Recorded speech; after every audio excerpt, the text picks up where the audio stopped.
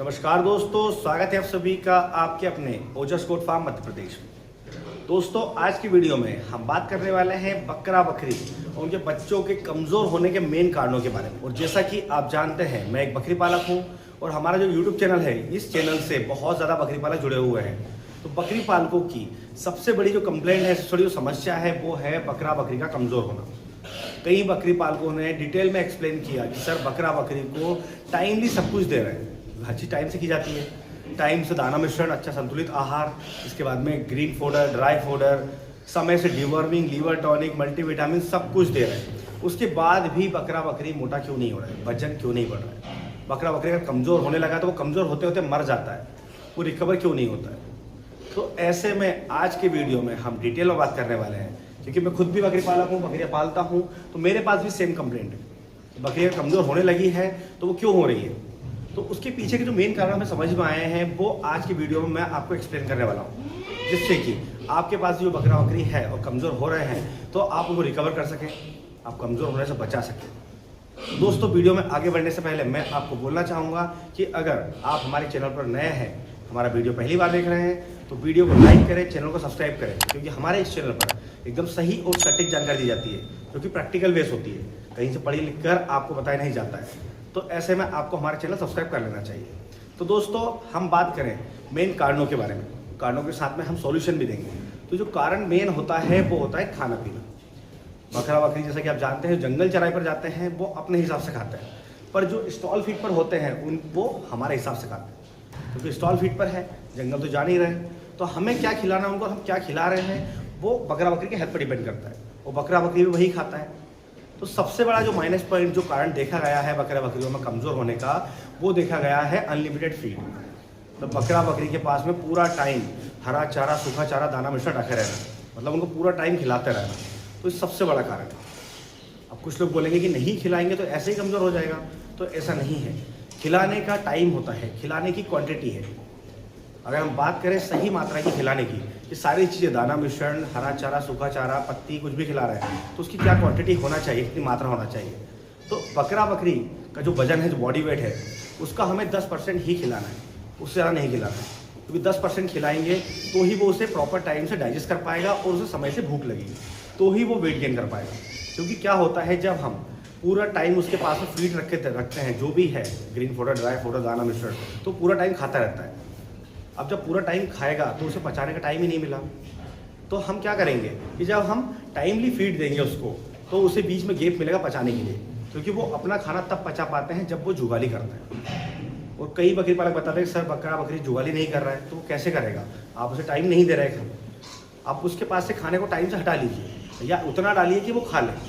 मान लीजिए जैसे कि हम लोग हमारे अपने फार्म में, जो हमारा इनका फीड देने का टाइम है, तो सुबह दाना मिश्रण देते हैं सबसे पहले 7 बजे, 2 घंटे पानी नहीं पिलाते हैं, फिर 9 बजे हम लोग जो भी है ड्राई फोडर, ग्रीन फोडर पर डाल देते हैं। 3 घंटे का गैप देने के बाद में 12 बजे अगेन हम लोग ड्राई फोडर, ग्रीन फोडर देते हैं, फिर 3 घंटे का गैप देते हैं, फिर इवनिंग टाइम में 3 बजे ड्राई फोडर, ग्रीन फोडर देते हैं। उसके बाद हम लोग अगेन अगली मॉर्निंग तक पूरी रात कुछ नहीं देते हैं। शाम को जो खाना है पास का वो हटा लेते हैं, जो भी ड्राई फोडर होता है, ग्रीन फोडर होता है। अगले दिन नेक्स्ट सुबह हम वही दाना मिश्रण से स्टार्ट करते हैं। तो जो खाना हम दे रहे हैं उसमें कम से कम 3 घंटे का गैप रखें, जिससे कि वो 3 घंटे में उछल कूद करके या बैठ कर जुगाली करके उस खाने को पचा लें, कि वो खाना पचाएगा तो ही डाइजेस्ट कर पाएगा। अब बकरा बकरी ने ज़्यादा खा लिया या पूरा दिन खा रहा है तो भी वो गुमसुम खा रहा है, फिर उसे भूख नहीं लग रही है, कहीं ना कहीं अनडाइजेशन, अपच की समस्या हो रही है, दस्त लग रहे हैं, पेट में गैस हो रही है, तो ये काफ़ी सारी समस्याएं हो जाती है रेगुलर फीड देने से। तो फीड में जो गैप हमने रखा है, इस टाइप का आप गैप रखें अगर स्टॉल फीड में बकरी पालन कर रहे हैं, क्योंकि उसे पचाने का समय देना बहुत ज़रूरी है। तो सबसे बड़ा यही कारण है और ये उसका सॉल्यूशन। के बाद हम बात करते हैं कंसंट्रेट फीड के बारे में। कंसंट्रेट फीड, जिसे कि हम दाना मिश्रण भी कहते हैं। दाना मिश्रण एक बहुत बड़ा रीज़न है बकरे बकरी को कमज़ोर करने के पीछे। ऐसा नहीं है कि दाना मिश्रण खिलाने से सिर्फ बकरा बकरी मोटे ताजे होते हैं, वजन बढ़ता है, हेल्दी रहते हैं। दाना मिश्रण में अगर सही अनाज सम्मिलित ना किए जाए, सही मात्रा ना दी जाए, तो बकरा बकरी कमज़ोर हो जाता है। बकरा बकरी में कई तरह की बीमारियाँ आ जाती है, जैसे कि बकरों में पथरी होना, ये दाना मिश्रण की वजह से ही होता है। बकरियों के पेट में पानी भर जाना, ये भी दाना मिश्रण की वजह से होता है। तो ये भी एक रीज़न है बकरा बकरी को कमज़ोर करने के पीछे।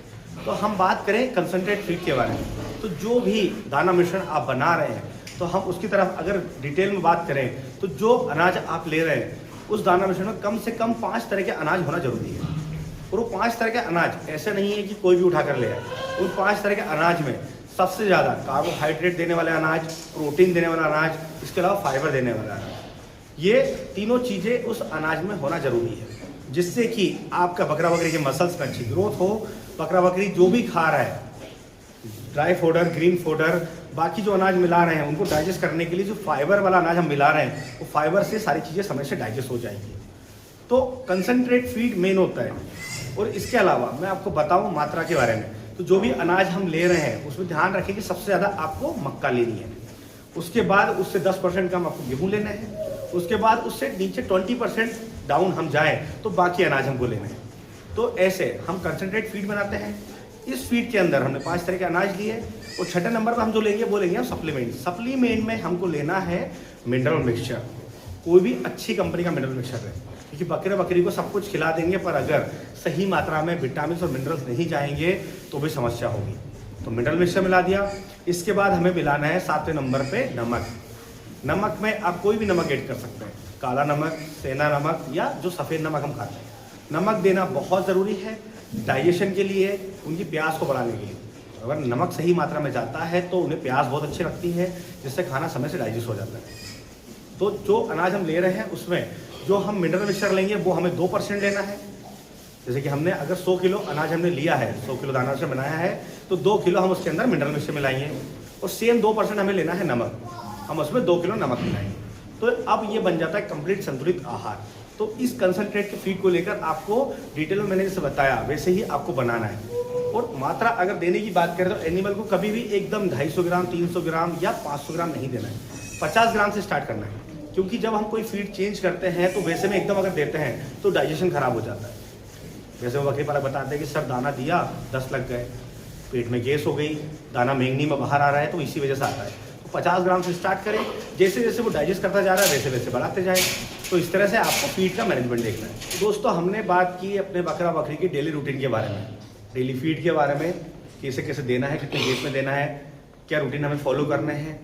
इसके बाद हमने बात की कंसंट्रेट फीड के बारे में, दाना मिश्रण के बारे में। जब ये सारी चीज़ें हम स्टॉल फीड पर अपने बकरा बकरी को खिलाएंगे तो 100% बकरा बकरी के पेट में कीड़े होना तय है, क्योंकि ये सब कुछ चीज़ें खाता है जानवर, तो पेट में कीड़े हो जाते हैं, वॉर्म्स, कई तरह के कीड़े होते हैं। उन कीड़ों को मारने के लिए हमें हर 2 महीने में अपने बकरा बकरी की डिवर्मिंग करनी है।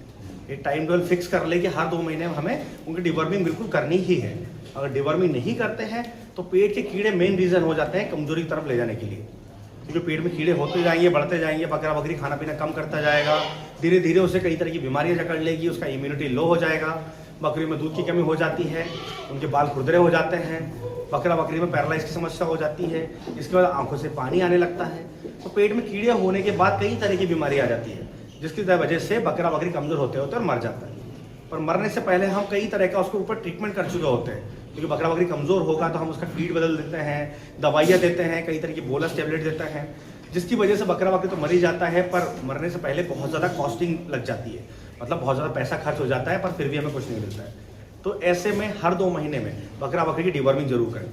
डिवर्मिंग के लिए हर 2 महीने जब आप डिवर्मिंग कर रहे हैं तो दवा को बदल बदल कर करें। जैसे आपने अभी हाईटेक डिवर्मिंग की, उसके बाद 2 महीने बाद निलजान से करें, 2 महीने के बाद एलोमार से करें, और डिवर्मिंग करने के 1 दिन या 2 दिन का गैप देकर आपको 10 दिन तक लीवर टॉनिक देनी है। तो डिवर्मिंग मेन पॉइंट हो जाता है, जो कि आपको बकरी पालन का थंब रूल है, इसे अपनाना ही पड़ेगा, और आपको डिवर्मिंग रेगुलरली करनी ही पड़ेगी, जो टाइमलाइन है। इसके बाद हम बात करें बकरियों की। जो बकरी गाभिन है, जब बच्चा दे देती है तो बच्चा देने के बाद बकरी बहुत ज़्यादा कमज़ोर हो जाती है। तो 10 बकरी में से 5 बकरी ऐसी होती है जो कमज़ोर हो जाती है, क्योंकि जब पेट में बच्चा होता है तो उसकी डाइट एकदम डबल होती है, और जैसे ही बच्चा दे देती है वैसे उसको पेट में, लिवर में पेन होना, पेट में कई तरह की समस्याएं होना, इसकी वजह से वो खाना पीना भी बंद कर देती है, कमज़ोर भी हो जाती है, बीमार भी रहने लगती है। तो ऐसे में आपको ध्यान रखना है कि बकरी जो बच्चा देने वाली है उसे मल्टीविटामिन जरूर देनी है। अब मल्टीविटामिन कब देनी है, जैसे कि आपको पता है, अगर नहीं पता है तो बता देता हूँ कि बकरी का जो गर्भकाल होता है वो 5 महीने का होता है। वैसे में जब 4 महीने की बकरी जो प्रेगनेंसी है 4 महीने में पहुँच जाए तो आपको 5वें महीने में स्टार्टिंग में 10 दिन आपको देना है लीवर टॉनिक, 10 दिन देना है मल्टीविटामिन, और 10 दिन देना है आपको कैल्शियम। तो 10-10 दिन ये तीनों चीज़ें चलानी है, जिससे कि जब बकरी बच्चा देगी तो दूध की समस्या भी नहीं होगी, विटामिन की कमी भी नहीं होगी, तो बकरी कमज़ोर नहीं होगी, कैल्शियम देंगे तो उसकी जॉइंट में जो पेन होता है, उसको चलने फिरने में दिक्कत आती है, उठने बैठने समस्या होती है, वो भी नहीं होगी। तो प्रेग्नेंट बकरी को भी कमजोर होने से हम बचा सकते हैं इस तरह से। तो दोस्तों ये कुछ थंब रूल है बकरी पालन के, ये कुछ कंप्लीट रूटीन है जो आप अगर फॉलो करते हैं तो आपका बकरा बकरी कभी कमजोर नहीं होगा, हमेशा हेल्दी और तंदुरुस्त रहेगा। तो दोस्तों आज के वीडियो में बस इतना ही। अगर आज के वीडियो से रिलेटेड किसी तरह का कोई सवाल है तो कमेंट बॉक्स में आकर तो बात कर सकते हैं, और इसी तरह बकरी पालन से जुड़ी जानकारी के लिए हमारे चैनल जुड़े रहें। अगर अभी तक आपने हमारे चैनल को सब्सक्राइब नहीं किया है तो चैनल को सब्सक्राइब कर लें, ताकि समय समय से बकरी पालन से जुड़ी जानकारी आपको मिलती रहे। तो फिर मिलेंगे एक नए वीडियो में नई जानकारी के साथ। धन्यवाद।